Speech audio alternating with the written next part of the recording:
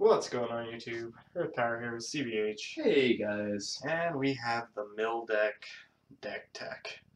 So, Light Darkfire Monstrosity. It's 56 cards. I'm pretty sure the ratios are wrong with a lot of what we're trying to do with this. But this was just kind of like the second draft off of the first draft from years ago. Mm-hmm. I mean, the deck's pretty straightforward. It's just supposed to make your opponent cry. Yep. And mill them out. You know, that's it. This deck never attacks shields. Never. It just makes your opponent try to win before you just, try to get them to a state to where you're just killing a thing a turn and have them top decking. Yep.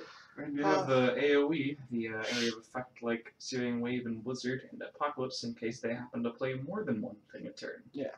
And that's, I think, where the ratios with this deck probably need to be changed a bit. I think 4 Faliga is probably too much. I think I might need to go to 3.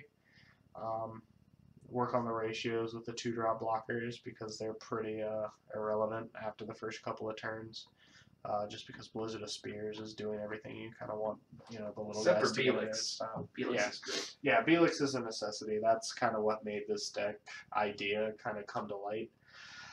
Or come to fruition, whatever the word turn phrase is. But yeah, we got 4 Slash Charger, only 3 Future Slash just because we can cycle them, with the rest of the deck. If they go down in mana early, Billix gets them back, Valiga cycles them.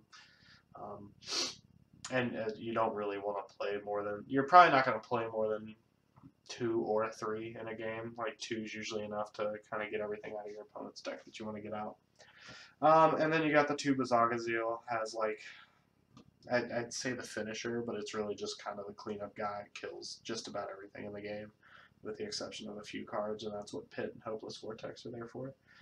So, the reason we're playing Dianork is because it gets around Blizzard of Spears. It's just a blocker that sticks. Same with Valkyr. It's 7,000 power, deals with most of the finishers and control, and a lot of the tempo decks, like Twin Cannon and all that.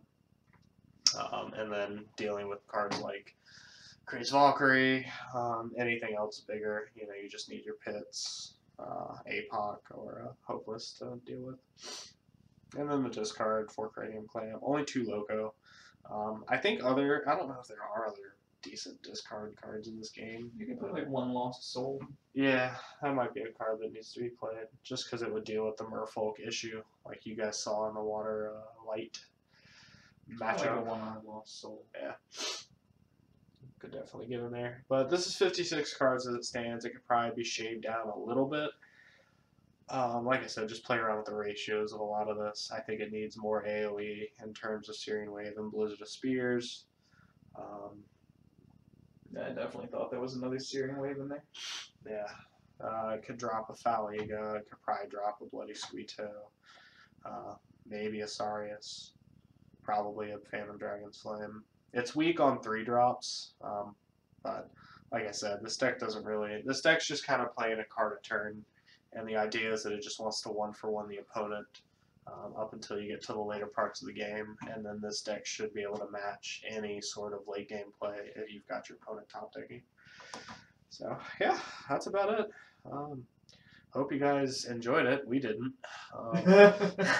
Hey, I'm surprised we weren't in Holy On. I'm pretty sure we played them in the original version. Yeah, that was I mean, I already have 56 cards in here, so that was kind of a... Fuck it. Yeah, it was just, putting 2 Holy Alls in here. I just wasn't really sure if that was, the AoE I wanted versus the stuff that just auto-killed things. So that was a toss-up. I wasn't really sure. Like I said, there's a lot of flexible ways to build this. There's multiple different cards just based on what your meta is.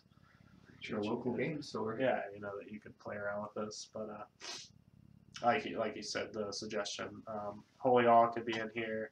More AoE, probably bigger blockers, a Lost Soul. Yeah, I think that's about it. Just play around with those ratios. But I think this is close. I think this is like 90% of where a deck like this wants to be. It's kind of fun to be behind. I would never want to be on the opposite side of the table playing against this deck, just because you know, it's very demoralizing once it gets going. So you know, just your opponent just knows that it's hopeless. CBH wanting to Hopeless concede. vortex. Yeah, you know, like literally, once he realizes that the deck's out of finishers and then he's just going to top deck, you know, weak little things for turn on turn. It just doesn't, you know, it doesn't make any sense to play anymore. So yeah, that's it. It is fun to work yourself into those situations. Yeah, it's fun to get there. It's not fun to play the other 20 turns after. So, hope you guys enjoyed. Leave a comment. Let us know what you think of the deck, and you may see it a few more times in the future, but we will see. There's a couple more things in store, so stay on the lookout for those. More Waterlight. We have another Bodula deck in the works. I don't know if I'm going to be able to convince CVH to put his Water Dark Nature control thing together, but maybe.